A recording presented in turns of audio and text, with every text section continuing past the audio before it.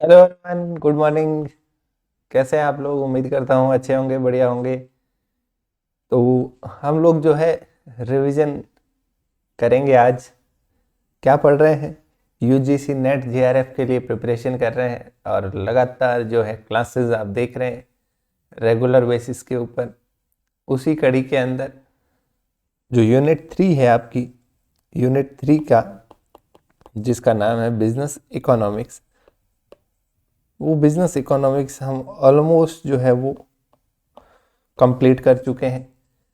उसका जो अंतिम पार्ट है, लास्ट जो टॉपिक है, जिसके अंदर हम रेवेन्यू और मार्केट्स के बारे में देखेंगे।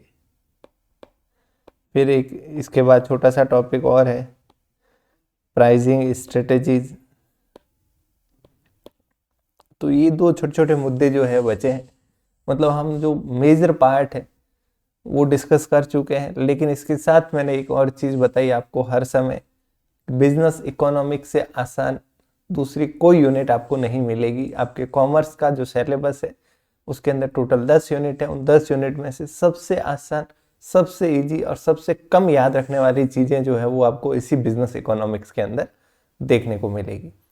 तो आगे इन दोनों यूनिट पे बढ़ने से पहले मैं एक क्विक आपको रिवीजन देना चाहता हूँ जो अभी तक हमने डिस्कस किया है उसके बारे में। खास करके जो पिछली 2 यूनिट थी उन दोनों यूनिट के बारे में। कौन कौन सी 2 यूनिट थी लास्ट? इससे पहले हमने पढ़ा था कॉस्ट के बारे में, उससे पहले हमने पढ़ा था थ्योरी ऑफ प्रोडक्शन। ये दोनों जो यूनिट है, इन दोनों को आज हम जो है क्या करने वाले हैं, क्विक रिव्यू करने वाले हैं, क्विक रिवीजन करने वाले हैं, ताकि आगे बढ़ने से पहले आपको चीज़ें दिमाग के अंदर कुछ चीज़ें क्लियर रहे। ठीक है? जो पीछे 2 टॉपिक बचे हैं वह छोटे छोटे से हैं, ज़्यादा समय नहीं लगेगा। हालांकि मार्केट्स के अंदर जो है चीज़ें बहुत ज़्यादा है, बट अल्टीमेटली जो क्या कहते हैं मुद्दे की बात है वो बहुत लिमिटेड है। तो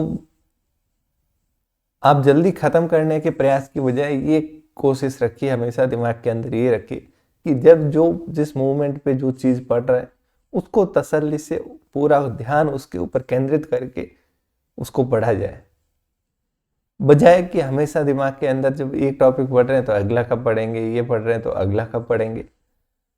मैंने आपको बता दिया कि ज़्यादा समय नहीं लगेगा। अभी दिसंबर मिड आया है, तो जैसे ही दिसंबर एंड आएगा तब तक आपका बिजनेस इकोनॉमिक्स के अलावा एक और यूनिट जो है वो ऑलमोस्ट हो चुका होगा।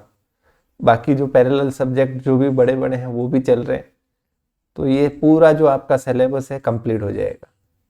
चलिए मुद्दे पे आते हैं। आज हम पहले रिवीजन करेंगे किसका? Theory of production.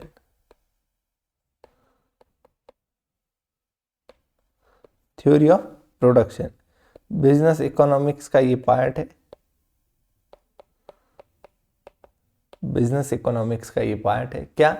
Theory of production. समझिएगा, थ्योरी ऑफ प्रोडक्शन सबसे पहले हमें जानना होता है क्या कि प्रोडक्शन आखिर क्या है।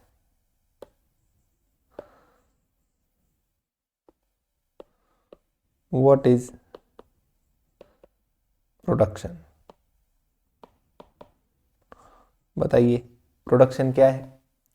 तो प्रोडक्शन का मतलब होता है, हमने ये देखा कि कुछ फैक्टर्स होते हैं, उनको आप मिला के कुछ प्रोडक्टिव चीज़ के अंदर कन्वर्ट करते हो। सिंपल अगर हम बात करें तो कुछ हम इनपुट्स लेते हैं, उनको एक डिफाइंड प्रोसेस के गुजारते हैं, और कुछ हमारे सामने क्या आता है, आउटपुट निकल के आता है। कुछ मीनिंगफुल प्रोडक्ट, एक दूसरा प्रोडक्ट जिसका अलग यूज है वो बन के आता है। फॉर एग्जाम्पल, रॉ मटेरियल में आपने कपास लिया, यार्न लिया, उसको आपने प्रोसेस किया, और आउटपुट में आपने रेडीमेड शर्ट या क्लोथ कुछ बना के तैयार किया। ठीक है? तो ये क्या कहलाएगा? प्रोडक्शन कहलाएगा। प्रोडक्शन फंक्शन किसको बोलते हैं बताओ? तो प्रोडक्शन फंक्शन बेसिकली फंक्शन है लैंड, लेबर, कैपिटल और एंटरप्रेन्योर का। लैंड, लेबर, कैपिटल और एंटरप्रेन्योर, 4 फैक्टर्स है जो प्रोडक्शन के अंदर इंपॉर्टेंट होते हैं। लैंड फिक्स फैक्टर होता है, लेबर नॉर्मली वेरिएबल फैक्टर होता है, कैपिटल जो पैसा आप लगाते हो, और एंटरप्रेन्योर वो व्यक्ति जो इन तीनों फैक्टर्स को एक साथ में लाके ये रिस्क उठाता है कि मैं कुछ काम करूंगा, कुछ प्रोडक्शन एक्टिविटी करूंगा, ये वो व्यक्ति होता है जो एंटरप्रेन्योर। ठीक है, एकदम बेसिक सी बात बताइए प्रोडक्शन क्या होता है। सेकंड चीज,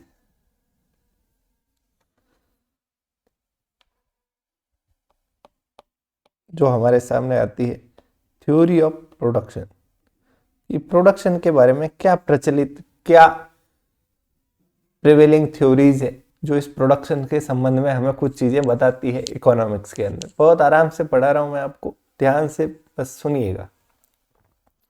थ्योरी ऑफ प्रोडक्शन, तो इसके संबंध में जो थ्योरी पॉपुलर है वो दो भाग में बांटी गई है। पहला कहलाता है शॉर्ट रन प्रोडक्शन, सेकंड है जो लॉन्ग रन प्रोडक्शन। एक है शॉर्ट रन, एक है लॉन्ग रन। शॉर्ट रन का मतलब क्या होता है? शॉर्ट रन का मतलब जब आपके पास समय कम हो, आप प्रेजेंट की बात कर रहे हो कि आज अगर मुझे प्रोडक्शन में कुछ बदलाव लेके आना है, प्रोडक्शन के अंदर कुछ इंप्रूवमेंट करना है, तो मैं आज वर्तमान में क्या क्या कर सकता हूं। तो वर्तमान के अंदर खड़े खड़े जो मैं क्या कर सकता हूं, सिर्फ वेरिएबल फैक्टर्स को कम ज्यादा कर सकता हूं। लेबर और ला सकता हूं, 10 की बजाय 20 लेबर ला के काम पे लगा सकता हूं। क्या मैं रातों रात नई कैपिटल, नई फैक्ट्री, नई प्लांट एंड मशीनरी, सारे फैक्टर्स को मैं चेंज कर सकता हूं? तो वो तुरंत में नहीं होता, वो आप लॉन्ग रन में प्लान करते हो कि अगले 1 साल में, 2 साल में मुझे फैक्ट्रीज की संख्या इतनी करनी है, इतनी पूंजी निवेश करनी है, इतनी सारी मशीनरीज लेके आनी है। तो वो काम होता है लॉन्ग रन के अंदर, उसको हम प्लानिंग पीरियड बोलते हैं। शॉर्ट रन के अंदर यानी प्रेजेंट के अंदर तो आप सिर्फ क्या कर सकते हो, एक फैक्टर को ही चेंज कर सकते हो। तो यहां पे जो एक फैक्टर है, कौन सा, लेबर, वो क्या माना जाता है, वेरिएबल माना जाता है। ऑल अदर फैक्टर्स, बाकी जो भी फैक्टर्स है, कैपिटल हो गया, लैंड हो गया, वो फैक्टर्स कैसे होते हैं, फिक्स्ड होते हैं, उन्हें आप परिवर्तन नहीं कर सकते। अब लॉन्ग रन की बात करें तो लॉन्ग रन का क्या मीनिंग है कि यहाँ पे जो ऑल फैक्टर्स है वो क्या माने जाते हैं, वेरिएबल। आप सब कुछ चेंज कर सकते हो, नई प्लांट एंड मशीनरी, नई factory, everything you can get new. Okay, तो अब देखिए शॉर्ट रन के अंदर मेन चीज हमारे सामने ये निकल के आई कि क्योंकि सिर्फ एक फैक्टर वेरिएबल है, वो भी कौन सा, लेबर जो है, उसको आप कम या ज्यादा कर सकते हो। तो अब हमें ये देखना होता है कि अगर मान लो कुछ फिक्स फैक्टर है,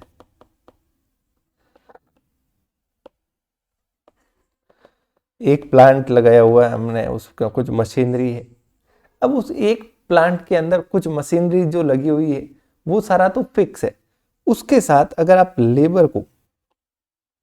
लेबर को क्या करते जाते हो, इंक्रीज करते जाते हो। जैसे पहला लेबर लगाया तो मेरा आउटपुट निकला, आउटपुट यानी जो मैंने प्रोडक्शन किया यूनिट्स के अंदर, ये फिजिकली आउटपुट की बात कर रहे हैं कि कितनी यूनिट्स प्रोड्यूस हो रही है, यहाँ कॉस्ट से कोई मतलब नहीं है। तो देखिए एक लेबर था, मान लो उसने 5 यूनिट बनाई, जब मैं दूसरा लेबर लगाऊंगा, ये टोटल आउटपुट की बात कर रहे हैं, टोटल कितना प्रोडक्शन हो रहा है, तो 12 यूनिट, तीसरा लगाऊंगा 20 यूनिट प्रोड्यूस हो रही है, चौथा 26, पांचवा 30, छठा 33, सातवां 35, आठवां फिर से 35, 9th 33। अब ये एक इंपॉर्टेंट चीज हमें यहाँ पे देखने को मिली कि आपने वेरिएबल फैक्टर को, वेरिएबल फैक्टर यानी जो लेबर है, शॉर्ट रन के अंदर आज की बात करें, अगर प्रोडक्शन को मुझे बढ़ाना है तो मैं क्या बढ़ा सकता हूँ, लेबर को बढ़ा सकता हूँ, जो मेरा वेरिएबल फैक्टर है। मैंने लेबर को बढ़ाना शुरू किया तो शुरुआत के अंदर जो प्रोडक्शन है वो 5 से बढ़ के 10 होना चाहिए था, 10 के बाद 3 लेबर पे 15 होना चाहिए था, फिर 20 होना चाहिए था, फिर 25 होना चाहिए था। बल्कि एक्चुअल में ये हो रहा है कि जब एक लेबर थी तो 5 यूनिट प्रोड्यूस हो रही थी टोटल, 2 लेबर होते ही दोनों ने मिलकर कितनी यूनिट प्रोड्यूस की, 12, एक ने 6 यूनिट प्रोड्यूस कर दी। और इसका कारण क्या है, क्योंकि जो मेरा फिक्स फैक्टर है यानी जो प्लांट है, जब एक लेबर काम कर रहा था तो वो क्या था, अंडर यूटिलाइज था। मुझे वहां लेबर की जरूरत थी, वो एक लेबर ही काम कर रही थी। तो जैसे ही मैंने दूसरा लेबर लगाया तो वो पूरी तरह क्या होने लगा, बेटर यूटिलाइज होने लगा, क्या, मेरा प्लांट। ओके, तो इस वजह से प्रोडक्शन क्या हो रहा है, एक लेबर एक्स्ट्रा आने से तेजी से बढ़ रहा है। मैंने एक किचन का एग्जांपल लिया था, उसके ऊपर काम कर रहा है एक व्यक्ति, तो उसके काम करने की स्पीड, उसकी आउटपुट, रोटियां जो खाना बना रहा है वो धीरे बनेगा। 2 लोग आ गए तो काम फास्ट हो जाएगा, क्योंकि स्पेशलाइजेशन हो जाएगा, दोनों गैस के जो चूल्हे हैं वो काम में आने लग जाएंगे। एक आटा बनाएगा, दूसरा रोटी बनाएगा, सब्जी बनाएगा। तो धीरे धीरे क्या होता है, फिक्स फैक्टर जो लगा हुआ उसका बेटर यूटिलाइजेशन होना शुरू होता है, इसलिए प्रोडक्शन जो है वो तेजी से बढ़ता है। 3 आने पे 20 यूनिट प्रोड्यूस हो गई, लेकिन ये एक समय तक ही होता है, ऐसा हमेशा नहीं होगा। अब यहाँ आके जो आपका फिक्स फैक्टर है वो पूरी तरह से यूटिलाइज हो गया, तो अब जो है फिर प्रोडक्शन कम होने शुरू हो जाता है। चौथा लेबर आया तो उतना फायदा नहीं होगा, 5वां आया तो प्रोडक्शन तो बढ़ रहा है, बट सिर्फ 4 से बढ़ रहा है, सिर्फ 3 से बढ़ रहा है, सिर्फ 2 से बढ़ रहा है, और एक लिमिट पे जाके ये प्रोडक्शन बढ़ना क्या हो जाएगा, 0। अब और प्रोडक्शन नहीं बढ़ेगा। अब और भी आप लेबर डालते जाओगे तो वो उल्टा काम में व्यवधान डालेंगे, काम में परेशानी बनेंगे, और प्रोडक्शन को क्या करना शुरू कर देंगे, कम करना शुरू कर देंगे। तो 35 से वापस 33 हो जाएगा प्रोडक्शन। ओके, अब इसी को 3 स्टेज में बांटा गया है। किसमें बांटा गया है, 3 स्टेज के अंदर। फर्स्ट स्टेज क्या कहलाती है, ये इंक्रीजिंग रिटर्न्स। यहां पे आपको ज्यादा रिटर्न मिल रहा है, ठीक है। फिर सेकंड कहलाती है डिक्रीजिंग रिटर्न्स। यहां आपको आउटपुट एक्स्ट्रा तो मिल रहा है, बट उसकी बढ़ने की दर क्या होगी, ये कम हो गई है, 4 से बढ़ा, 3 से बढ़ा, 2 से बढ़ा, 0 से बढ़ा। और फिर ये हो गया नेगेटिव रिटर्न्स। यहाँ आपको उल्टा आपका प्रोडक्शन पे क्या हो रहा है, नेगेटिव नुकसान हो रहा है। तो ये 3 इसके क्या होते हैं, स्टेजेस होते हैं। अब इसी को क्या बोला जाता है, law of variable proportion. Law of variable proportion या law of diminishing marginal product. Diminishing marginal product क्या है ये लॉ, कि जो ये लॉ बोलता है कि एक समय के बाद अगर आप वेरिएबल फैक्टर को बढ़ाते जाओगे तो आपका जो रिटर्न मिल रहा है, आपको जो प्रोडक्शन बढ़ रहा है आपका, उसकी बढ़ने की दर क्या हो जाएगी, कम हो जाएगी। ठीक है, अब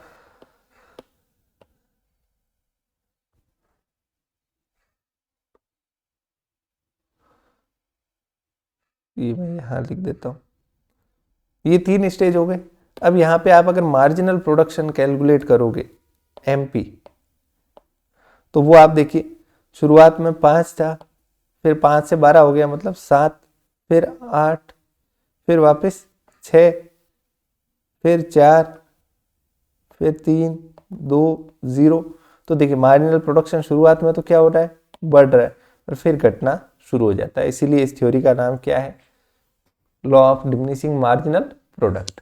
ओके, ये था शॉर्ट रन, इतनी सी बात थी, ज्यादा इसके अंदर कुछ भी था नहीं। अब आते हैं लॉन्ग रन के अंदर। किसकी बात कर रहे हैं,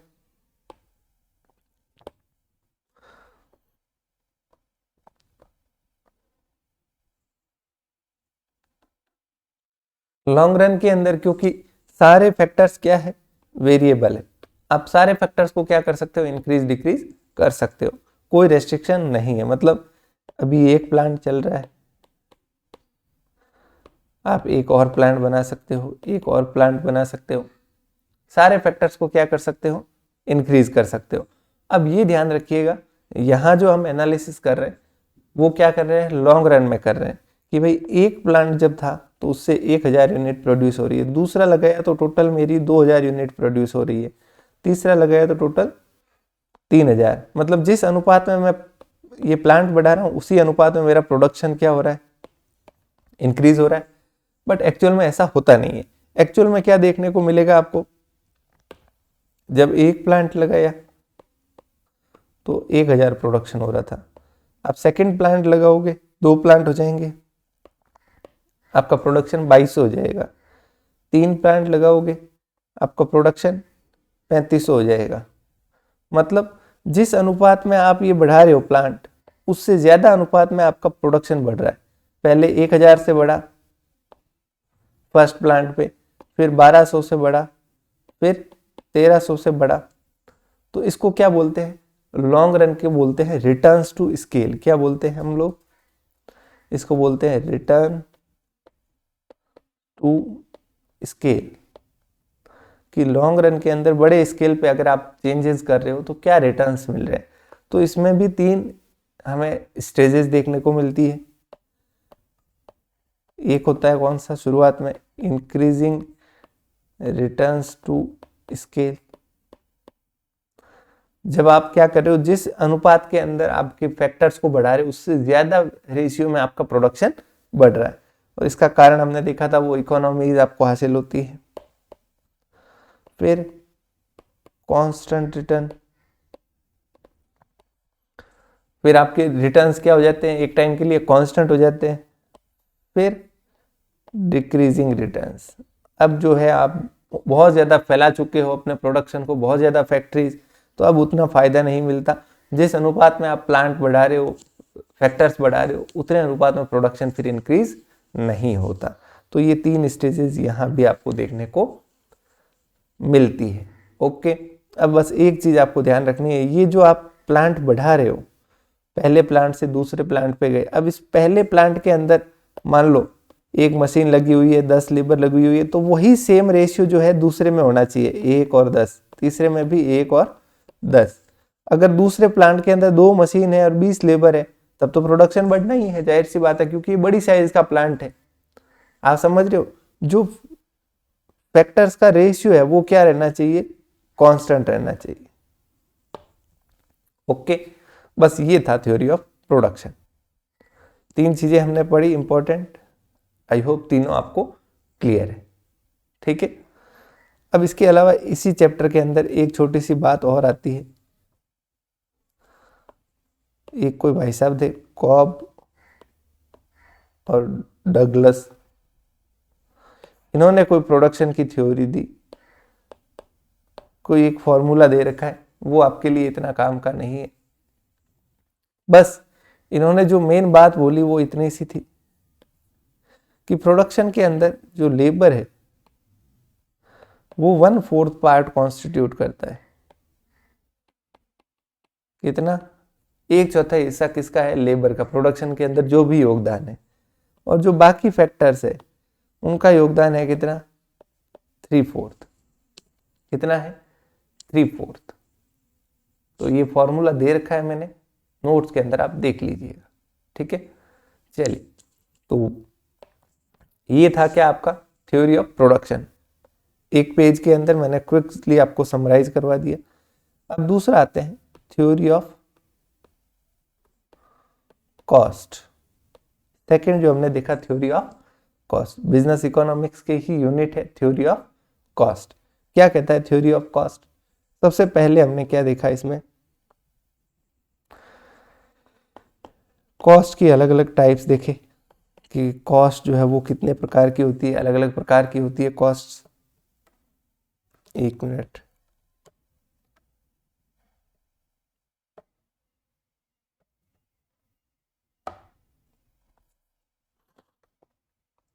अलग अलग टाइप्स की हमने कॉस्ट जो है वो देखी। तो ये कोई खास बात नहीं थी। सीधा फिर हम आए गए थे किसके ऊपर, जो भी कॉस्ट की थ्योरीज है। तो यहां भी 2 तरह की है, short run cost, long run cost. Okay, short run cost के अंदर हमें क्या देखने को मिला, क्योंकि शॉर्ट रन है तो शॉर्ट रन के अंदर हम क्या एनालाइज करते हैं कि भाई आप एक वेरिएबल फैक्टर को क्या करते जाते हो, इंक्रीज करते जाते हो, तो आपके प्रोडक्शन पे क्या फर्क पड़ेगा। तो यहाँ जो टेबल थी वो इंपॉर्टेंट थी। हमने देखा था कि जो फिक्स कॉस्ट है प्रोडक्शन में, जो पिछला चैप्टर था प्रोडक्शन, वहां हमने कॉस्ट की, लागत की कहीं बात नहीं की। यहाँ पूरा हमारा फोकस किस पे है, कॉस्ट पे, कि भाई जो प्लांट लगा हुआ उसकी फिक्स कॉस्ट है मान लो 1000, तो वो तो 1000 ही रहेगी। शॉर्ट रन के अंदर इसको तो आप बढ़ा नहीं सकते, फिक्स कॉस्ट तो क्या रहेगी, 1000 ही रहेगी। जो वेरिएबल कॉस्ट है, अगर आप यूनिट्स जो है वो प्रोड्यूस कर रहे हो कितनी, 1 2 3 4 5 यूनिट्स को आप बढ़ाते जाओगे, प्रोडक्शन के अंदर आपकी यूनिट्स बढ़ रही है, तो जो वेरिएबल कॉस्ट है वो शुरुआत में क्या होती है, कम होती है। वेरिएबल कॉस्ट क्या होती है, ये मान लो टोटल वेरिएबल कॉस्ट है। एक यूनिट बनाई, कितनी लगी वेरिएबल कॉस्ट, 50। 2 में कितनी लगी, 90। फिर 3 में, फिर 140, फिर 200, फिर 260। अब देखिए, अगर आप एवरेज वेरिएबल कॉस्ट देखोगे, एवरेज वेरिएबल कॉस्ट, तो एक यूनिट की एवरेज कॉस्ट कितनी आ रही है, टोटल डिवाइडेड बाय यूनिट्स करोगे तो एवरेज आ जाएगा। एक की एवरेज आ रही है 50, 2 की एवरेज आ रही है 45, 3 की एवरेज कितनी आ रही है, ये कुछ 46 पॉइंट होगा, फिर 4 की ये 50 प्लस हो जाएगा, कुछ 50 52 55 ऐसा कुछ। तो आप क्या देखोगे, जो एवरेज वेरिएबल कॉस्ट है वो एक बार को कम हो रही है और फिर बढ़ना शुरू हो जाती है, ये बढ़ती रहेगी बढ़ती रहेगी बढ़ती रहेगी। तो ऐसा क्यों हो रहा है, ऐसा इसलिए हो रहा है क्योंकि जो लॉ ऑफ वेरिएबल प्रोपोर्शंस हमने देखा था कि शुरुआत में जब आप यूनिट्स प्रोड्यूस कर रहे हो तो एक लेबर काम कर रही थी, 10 रुपए वो लेबर लेता है दिन के, 5 यूनिट आपको प्रोड्यूस करके दे रहा है, या 10 रुपए दे रहा है, 1 यूनिट प्रोड्यूस करके दे रहा है। अब 2 लेबर आने से खर्चा तो 20 रुपए हो गया, पर दोनों के आने से उन्होंने जो यूनिट प्रोड्यूस कर ली थी वो ज्यादा यूनिट प्रोड्यूस कर रहे हैं, तो प्रति यूनिट जो एवरेज कॉस्ट आ रही है वो एक बार को क्या आती है, कम आती है, क्योंकि आपको शुरुआत में वो इंक्रीजिंग रिटर्न्स मिलते हैं, लेकिन उसके बाद डिक्रीजिंग रिटर्न्स, फिर लास्ट में नेगेटिव रिटर्न्स, इसलिए जो एवरेज कॉस्ट है वो क्या होती जाती है, बढ़ती जाती है। ओके, तो शॉर्ट रन में आपसे पूछा जाए कि ऐसा क्यों हो रहा है, average variable cost, average variable cost की बात कर रहा हूं मैं, ठीक है।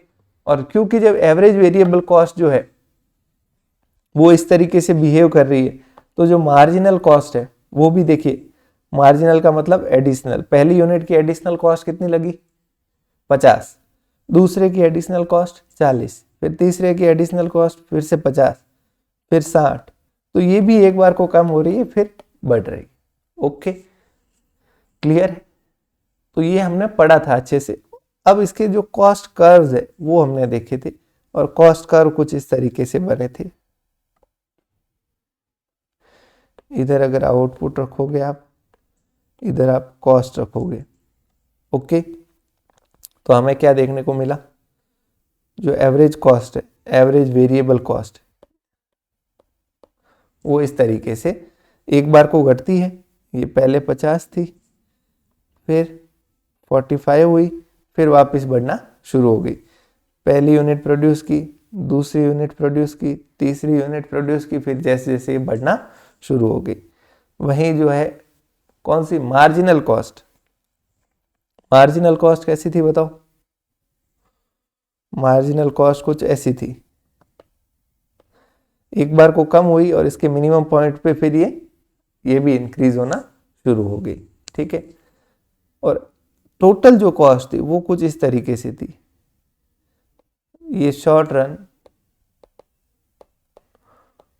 टोटल एवरेज कॉस्ट, या इसको बोलते हैं शॉर्ट रन एवरेज कॉस्ट, एक बार को कम होती है, धीरे धीरे बढ़ना शुरू हो जाती है, ठीक है। और इसका भी हमने कारण देखा, ऐसा क्यों है, क्योंकि टोटल कॉस्ट दो लोगों चीज़ों से मिल के बनी होती है, फिक्स कॉस्ट और variable cost, average fix cost और एवरेज वेरिएबल कॉस्ट, दोनों मिला दोगे तो एवरेज टोटल कॉस्ट आ जाएगी। अब ये एवरेज फिक्स कॉस्ट तो लगातार क्या हो रही है, कम हो रही है, शुरू में इसके कम होने की स्पीड तेज है, क्योंकि 1 यूनिट पे एवरेज फिक्स कॉस्ट 1000 आती है, 2 यूनिट पे सीधा 500 हो जाती है, 3 पे सीधा 333 हो जाती है। तो ये कम कम हो रही है। वेरिएबल कॉस्ट एक बार को कम हो रही है, फिर ये बढ़ना शुरू हो रही है। तो ये धीरे धीरे गिरता है, फिर इंक्रीज होना शुरू हो जाता है। तो ये कर्व्स कुछ बने थे। वहीं लॉन्ग रन की अगर बात करें, लॉन्ग रन के अंदर सारे फैक्टर्स क्या है आपके, वेरिएबल है। तो लॉन्ग रन के कुछ कॉस्ट कर्व इस तरीके से बने थे। लॉन्ग रन बेसिकली क्या है, जब आप खूब सारे प्लांट लगा देते हो, कि मान लो पहला प्लांट, दूसरा प्लांट, तीसरा प्लांट, चौथा, पांचवा, छठा, तो ये पहला इसका शॉर्ट रन एवरेज कॉस्ट 1 2 3 4 5 6, जितने प्लांट आप लगाओगे लगा सकते हो। अब इन सब को अगर आप मिला दो तो ये हमारा long run average cost curve निकल के आता है, वो भी यू शेप के अंदर ही बनता है। ठीक है, तो ये जरूरी नहीं था, हमने कहा ये इनके जो इंडिविजुअल जो शॉर्ट रन कॉस्ट कर्व है हर प्लांट का, उसके मिनिमम पॉइंट को टच करे ऐसा जरूरी नहीं है। कई बार ये फॉलिंग पोर्शन को टच करता है, कई बार ये राइजिंग पोर्शन को टच करता है। तो हमें जब आउटपुट प्रोड्यूस कर रहे हैं हम, अगर हम यहां तक आउटपुट प्रोड्यूस करेंगे तो किसके ऊपर करेंगे, प्लांट नंबर 1 के ऊपर। इससे आगे जाएंगे तो प्लांट 1 की कैपेसिटी को छोड़ के प्लांट 2 पे चले जाएंगे, यहां तक प्लांट 2 के ऊपर। क्योंकि इसके बाद अगर यहाँ आप प्लांट 2 पे प्रोड्यूस करोगे तो प्लांट 2 पे तो कॉस्ट लगेगी ये, और प्लांट 3 पे करोगे तो कॉस्ट लगेगी ये। कम कॉस्ट पे हमें काम करना है, तो 3 पे फिर यहाँ तक करोगे, 4 में यहाँ तक, ताकि आपकी ओवरऑल जो एवरेज कॉस्ट है वो क्या रहे, न्यूनतम रहे। क्लियर है, इज इट ओके? ये long run average cost curve हमने देखा था। तो मैंने कोशिश की एक बार क्विकली मैं चीज़ों को आपको समराइज करूँ। आगे आने वाले चैप्टर जो है मार्केट, उसके अंदर इन कॉस्ट कर्व का बहुत इस्तेमाल होगा, खास करके जो short run average cost curve है वो आपको पता होनी चाहिए कि किस तरीके से ये कॉस्ट कर्व्स बनते हैं और क्यों बनते हैं। तो मैंने आपसे पहले भी रिक्वेस्ट की थी, ये जो टेबल है एक बार इसको तसल्ली से आप जरूर देखें। ठीक है, ओके, चलिए, तो आज के लिए इतना काफ़ी है। कल जो है नेक्स्ट में जो चैप्टर है उसको शुरू कर दूंगा। थैंक यू वेरी मच, धन्यवाद। उम्मीद है आपको ये चीज़ें समझ आ रही है, तभी समझ आएगी जब आपने एक बार क्लास में इनको अच्छे से जो है वो देखा है। बाकी प्रीवियस ईयर क्वेश्चंस करेंगे तब आपको चीज़ें और क्लियर हो जाएगी, एकदम क्रिस्टल क्लियर हो जाएगी, और जो आपका कॉन्फिडेंस लेवल है वो भी इंक्रीज हो जाएगा कि हमने जो पढ़ा है मोर देन इनफ है, इस एग्जाम के लिए बहुत ज़्यादा सफिशिएंट है, एक भी एरिया को पीछे नहीं छोड़ेंगे। ठीक है, थैंक यू वेरी मच, धन्यवाद।